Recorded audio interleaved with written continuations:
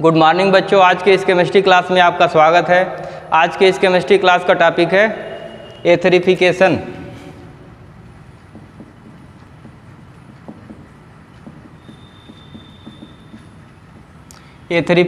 एथरिफिकेशन का मतलब होता है फॉर्मेशन ऑफ ईथर।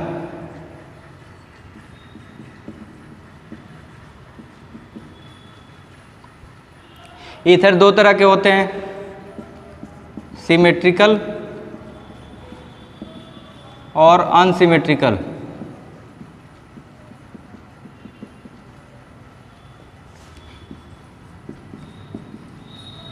देखिए ये ईथर है, इस ईथर में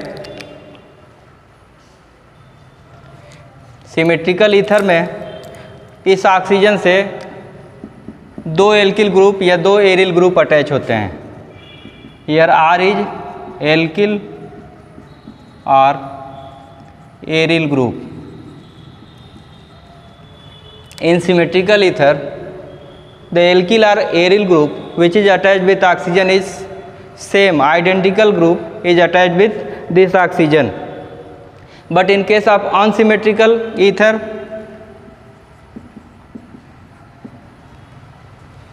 both group are different. इसको एग्जाम्पल से समझेंगे।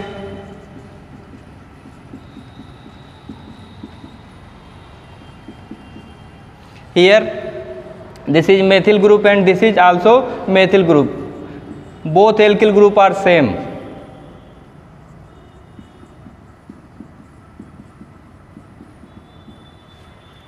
And here this is ethyl and this is also ethyl.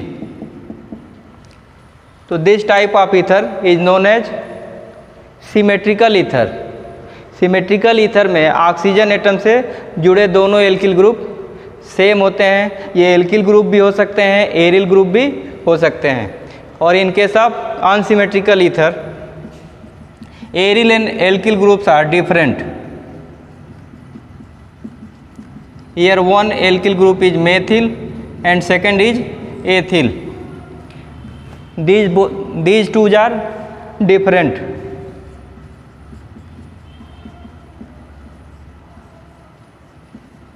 Here this is ethyl group and this is phenyl group.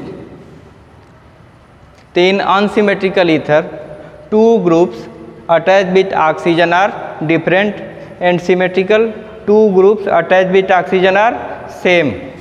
Is it clear? अब देखेंगे नेमिंग। ईथर की naming कैसे होती है।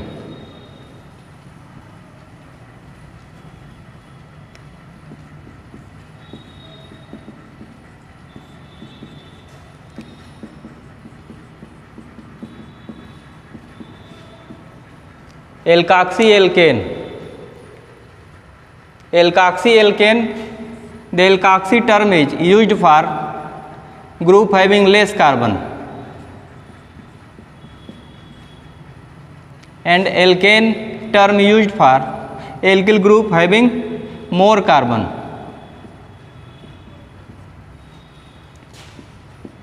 इसको एक एग्जांपल से देखते हैं।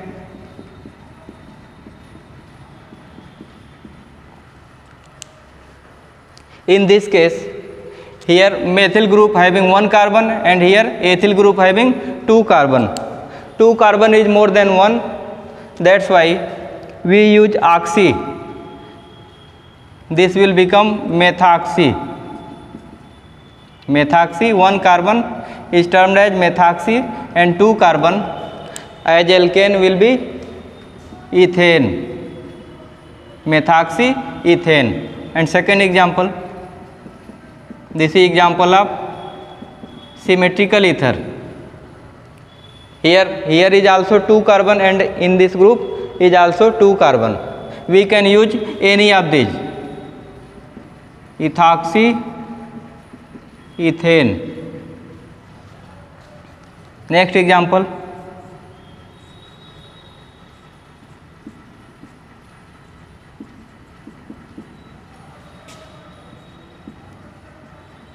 फिनॉक्सी मेथेन और methoxy benzene.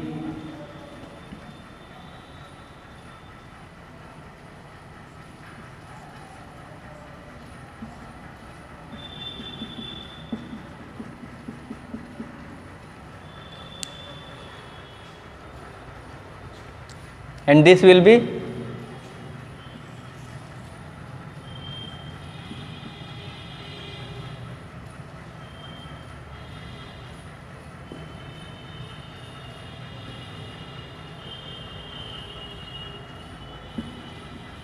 Methoxy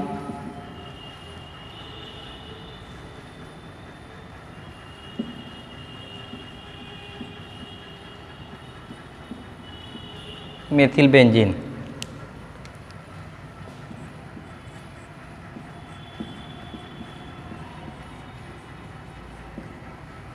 this is phenoxy benzene. तो नॉमेनक्लेचर आपको अच्छे से समझ में आ गया होगा। कोई भी डाउट हो तो इसको आप कमेंट बॉक्स में लिखिएगा, एक बार देख लीजिए।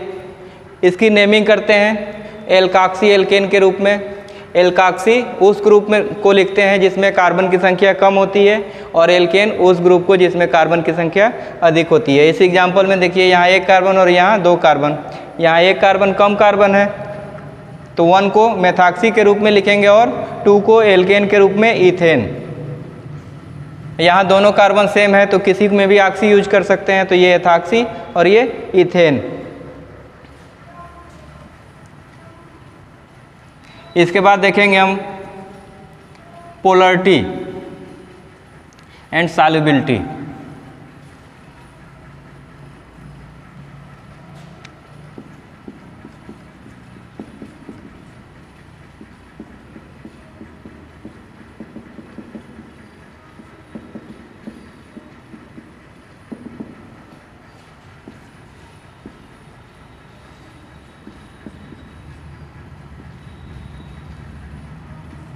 In oxygen atom there is 2 lone pairs and these 2 sigma bond. Hybridization will be sp3 and shape is angular. Because of this angular shape there is partial polarity development. Oxygen have negative charge and alkyl group have partial positive charge. Due to this partial positive charge, ether is polar molecule.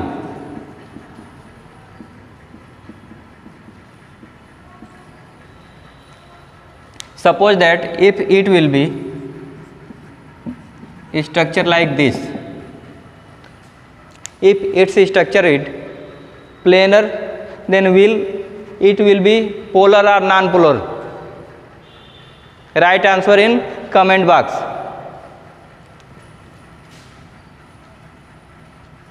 The same alkyl group attached with oxygen neglect polarity of each other and it will be non-polar. But in actual this is polar molecule but its polarity is very poor. This structure is not correct. If ether exists as planar molecule then it will be non-planar, but in actual it is angular in shape. This structure is incorrect, but if we suppose this structure is correct then it will be non-polar, but actually this is angular in shape and it is polar molecule. अब solubility check करते हैं। Solubility water में ये soluble होगा या insoluble?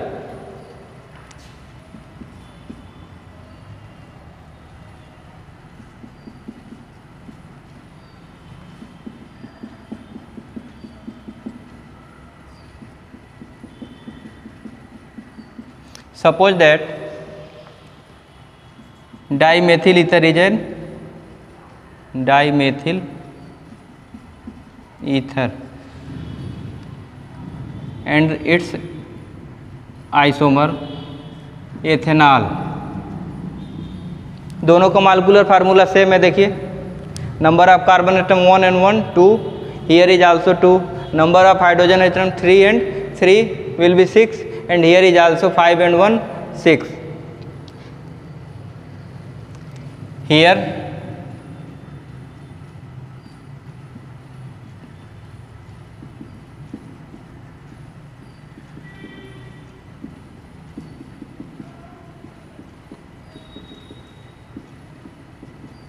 in alcohol there is formation of hydrogen bond, but in case of this all these hydrogens cannot form hydrogen bond.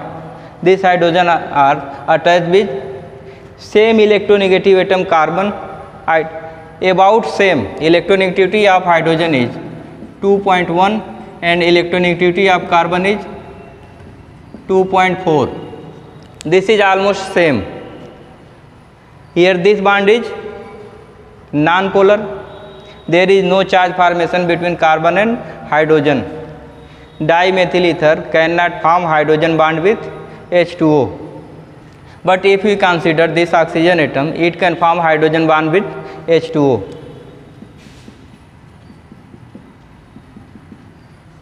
But the extent of hydrogen bonding, extent of hydrogen bonding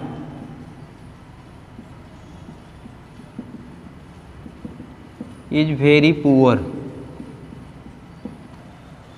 That's why extent of hydrogen bonding of ether with H2O is very poor. That's why the solubility of ether in water is also very poor, low solubility in water. Water में ether insoluble होते हैं और इसके इनसॉल्युबिलिटी का reason क्या है? Poor hydrogen bonding. Poor hydrogen bonding का reason क्या है? This all hydrogen is attach with carbon. Carbon से जुड़े होने के कारण ये हाइड्रोजन बॉन्ड बनाने में सक्षम नहीं है, enable to form hydrogen bond. Only this oxygen can form hydrogen bond with water, but this molecule is hindered, hysterically hindered by this larger group, and this larger group not allow hydrogen to come close with oxygen. That's why there is poor extent of hydrogen bond formation. In case of alcohol,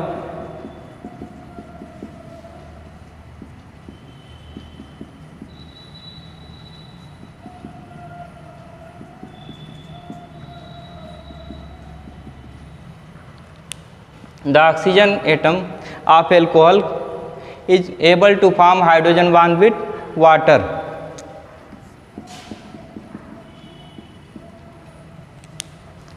तो alcohol क्या होते हैं? Water में soluble होते हैं.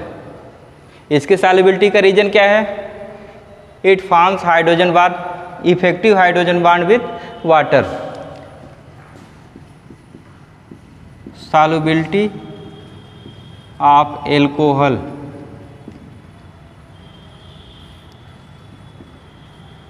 Order of solubility of alcohol. अब order देखते हैं एल्कोहल की सॉल्युबिलिटी का.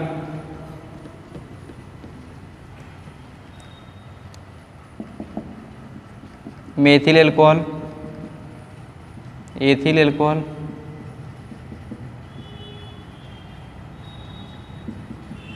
प्रोपिल एल्कोहल और ब्यूटिल एल्कोहल. इतने एल्कोहल को हम लेते हैं. देखिए यहाँ क्या है? ये मेथिल ग्रुप है, यहाँ एथिल ग्रुप, ये प्रोपिल ग्रुप और ये ब्यूटिल ग्रुप. तो हाइड्रोकार्बन आप जानते हैं, हाइड्रोकार्बन्स आर हाइड्रोफोबिक.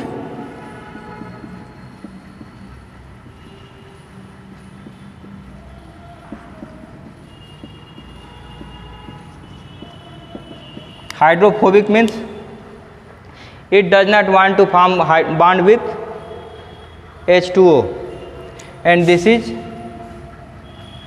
hydrophilic.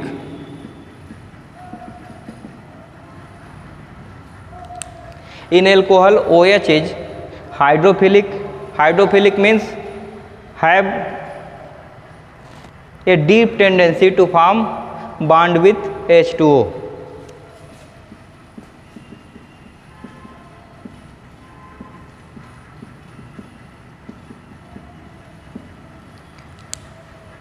इन सभी मॉलिक्यूल में देखिए OH ग्रुप सेम है, डिफरेंस किसका है? एल्किल ग्रुप का डिफरेंस है। एल्किल ग्रुप से यहाँ 1 कार्बन का, यहाँ 2 कार्बन, यहाँ 3 कार्बन और यहाँ 4 कार्बन। एल्किल ग्रुप की साइज बढ़ने से उनके हाइड्रोफोबिक नेचर बढ़ते हैं, इस रीजन से इनकी सॉल्युबिलिटी का ऑर्डर ये होगा, methyl alcohol will be more soluble than ethyl alcohol and ethyl alcohol will be more soluble than propyl and this will be more soluble than this। जितना बड़ा एल्किल ग्रुप होगा उनकी water में solubility उतनी ही कम होगी, क्योंकि हाइड्रोकार्बन क्या होते हैं? हाइड्रोफोबिक नेचर के कारण जाने जाते हैं। आपने देखा होगा कि कोई भी हाइड्रोकार्बन H2O के साथ सॉल्युबल नहीं होते हैं। आपने देखा होगा आपके घरों में पानी में जब कोई भी आयल या किरासिन आयल या एडिबल आयल, कोई भी आयल गिरता है तो वो ऊपर तैरता है। उसका रीज़न क्या है? Hydrocarbons are hydrophobic and OH are known as hydrophilic. It want to bond with H2O and this want to bond with hydrocarbon। तो आपको अच्छे से समझ में आ गया होगा कि solubility of alcohol in water का ऑर्डर क्या होगा। एल्किल ग्रुप की साइज बढ़ने से उनके हाइड्रोफोबिक नेचर बढ़ते हैं और इस कारण वाटर में सॉल्युबिलिटी भी घटती है। Methyl alcohol almost infinity dilution तक वाटर सॉल्युबल होता है। कितना भी H2O में इसकी अमाउंट बढ़ाते जाइए वो डिजॉल्व हो जाएगा। आपने देखा होगा कॉकटेल बनते हुए लोग ड्रिंक करते हैं, क्या करते हैं? उसमें एल्कोहल एक बाटल में एक ग्लास में लेते हैं और उसमें उस एल्कोहल में बिस्लरी या सोडा वाटर मिलाते हैं और दोनों मिक्स होने के बाद होमोजीनियस मिक्सचर हो जाता है, वो एथिल एल्कोहल है। Ethyl alcohol is almost infinitive dilution तक सॉल्युबल होता है, लेकिन यहाँ आने पर इनकी सॉल्युबिलिटी काफ़ी कम हो जाती है।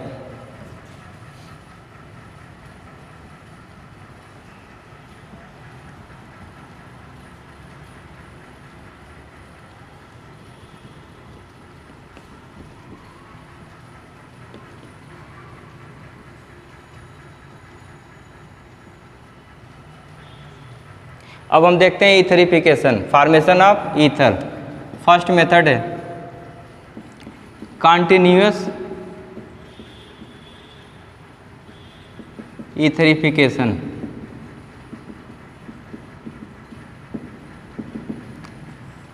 कॉन्टिन्यूअस ईथरिफिकेशन, यहाँ कॉन्टिन्यूअस टर्म यूज हो रहा है। Continuous means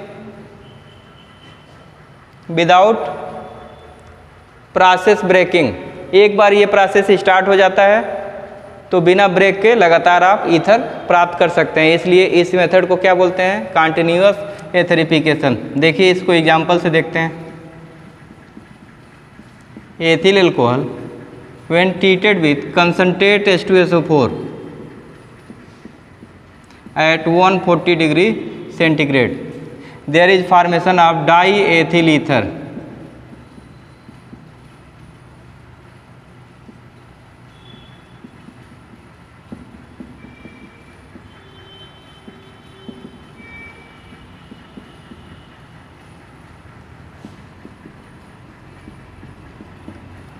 When ethanol is treated with concentrate H2SO4 at 140 degree centigrade, there is formation of diethyl ether. This is an example of dehydration of alcohol. We can write this as like this.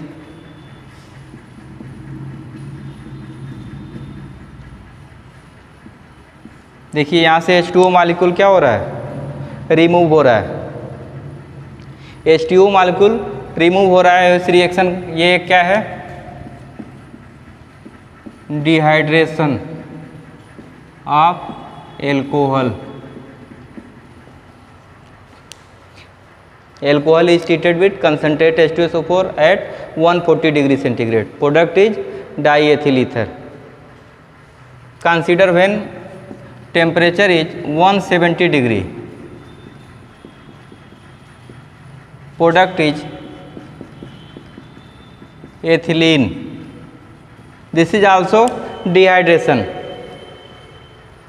This dehydration has moderate temperature and this dehydration has drastic condition. Temperature is high at 170. One molecule of ethanol release H2O and gives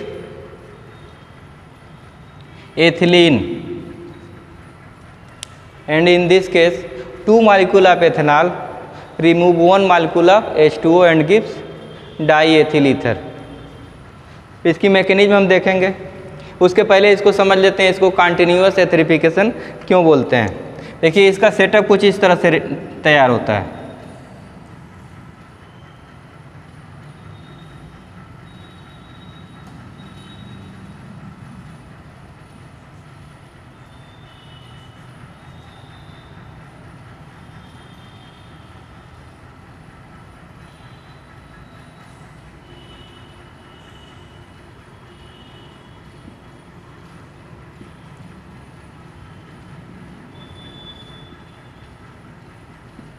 जब आप किसी image की सहायता से कोई चीज़ समझते हैं तो उसका ड्यूरेशन काफ़ी ज़्यादा होता है। This is thermometer.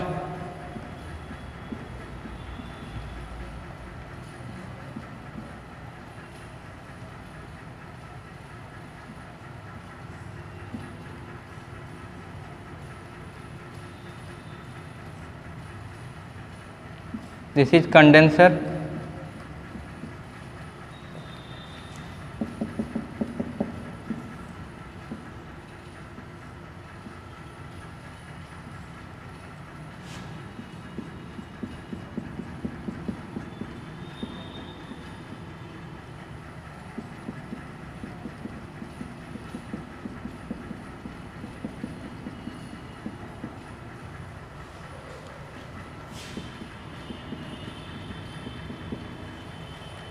देखिए इस सेटअप में देखिए इस राउंड बॉटम फ्लास्क में हमने एथिल अल्कोहल लिया है और कंसनट्रेट H2SO4 लिया है और इसमें ये थिसिल कीप लगाए हैं और इसमें क्या है एथिल अल्कोहल।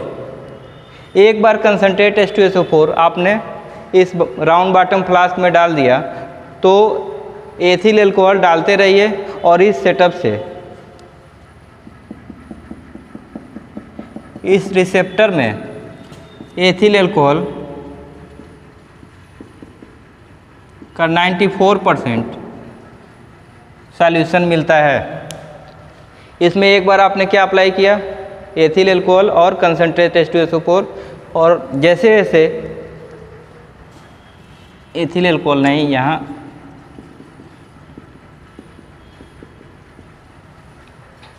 जैसे जैसे डाई एथिल ईथर रिएक्शन से बनता जाता है यहाँ से एथिल अल्कोहल आप इसमें ऐड करते जाते हैं और एक बार सेटअप तैयार करने के बाद लगातार आप डाई एथिल ईथर प्राप्त करते रहते हैं विदाउट सेटअप चेंजिंग। इस कारण इस रिएक्शन को क्या बोलते हैं कंटिन्यूअस एथरिफिकेशन। तो आपको अच्छे से समझ में आ गया होगा कि कंटिन्यूअस एथरिफिकेशन इसको क्यों बोलते हैं। क्यों बोलते हैं इस सेटअप को ध्यान से देखिए। इस सेटअप में एक बार आपने कंसनट्रेट H2SO4 लिया और यहाँ से एथिल अल्कोहल आपने डाला। टेम्परेचर 140 होने के बाद डाई एथिल ईथर बनता जाता है और इस रिसेप्टर पार्ट में कलेक्ट होता जाता है। जैसे जैसे डाई एथिल ईथर बनता जाता है वैसे वैसे इस थिसिल कीप से आप एथिल अल्कोहल इस राउंड बॉटम फ्लास्क में डालते रहते हैं और ये रिएक्शन लगातार कंटिन्यूअसली चलता रहता है। तो इसका मतलब एक बार सेट करने के बाद आपको किसी चेंजिंग की ज़रूरत नहीं होती है और कंटिन्यूअसली डाई एथिल ईथर प्राप्त होता रहता है। इस रीजन के कारण इसको क्या बोलते हैं कंटिन्यूअस एथरिफिकेशन।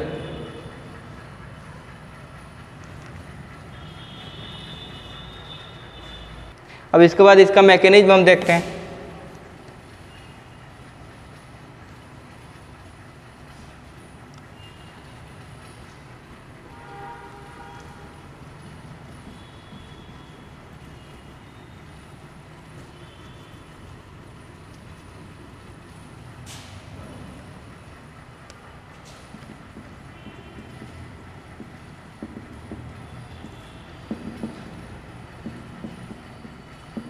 स्टेप फर्स्ट,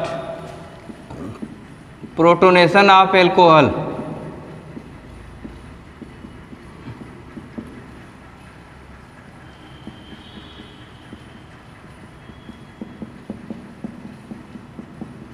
ये H+ इस एल्कोहल से बॉन्ड बनाएगा।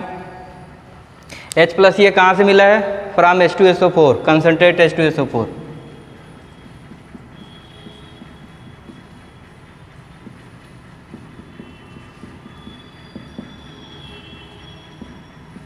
This is known as protonated alcohol.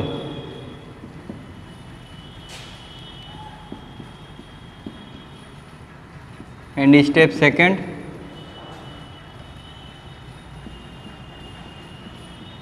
removal of H2O from protonated alcohol।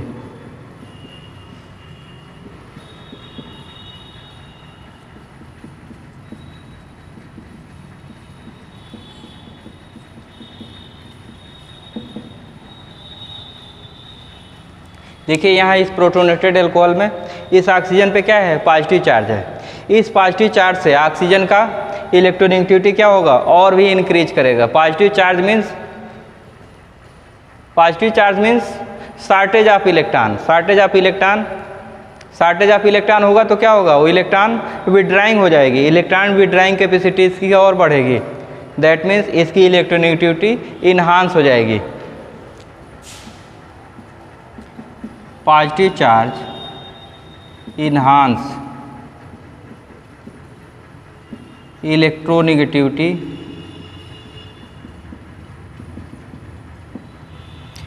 और इन्हांस इलेक्ट्रोनेगेटिविटी के कारण ये देखिए दोनों इलेक्ट्रॉन इसके तरफ शिफ्ट हो जाते हैं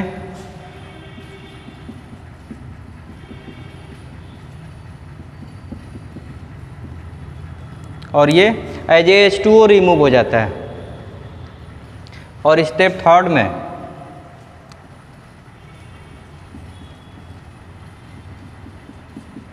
ये देखिए एक कार्बोकैटायन है।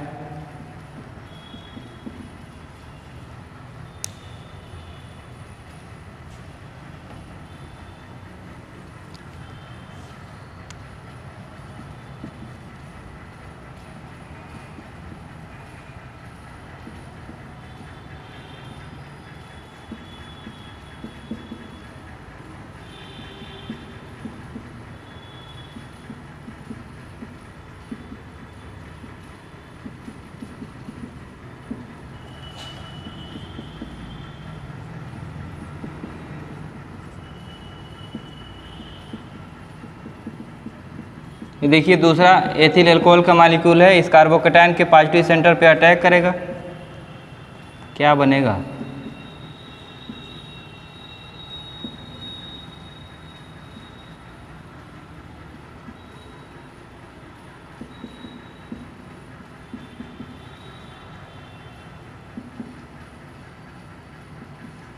ये बनेगा।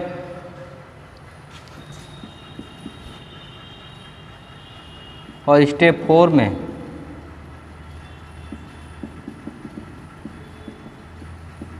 एक्सट्रैक्शन ऑफ प्रोटॉन या deprotonation. Deprotonation means removal of protons.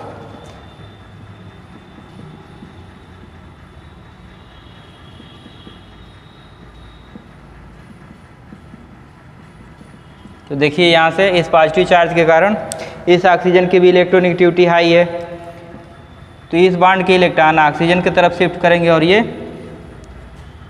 H+ के रूप में रिलीज हो जाएगा और आपका मेन प्रोडक्ट एथिल एल्कोहल बनेगा। तो इसमें देखिए step first protonation, this step is fast and this is rate determining step, slow step. किसी भी रिएक्शन का स्लोएस्ट स्टेप उस रिएक्शन का रेट डिटरमाइनिंग स्टेप होता है। That means formation of carbocation and stability of carbocation define reaction rate. तो step second slowest step है जिसमें क्या होता है? H2O रिमूव होता है और स्टेप थर्ड में बने कार्बोकैटायन पर एथिल एल्कोहल का सेकंड मॉलिक्यूल अटैक करता है और इस ऑक्सीजन एटम पर पॉजिटिव चार्ज आ जाता है।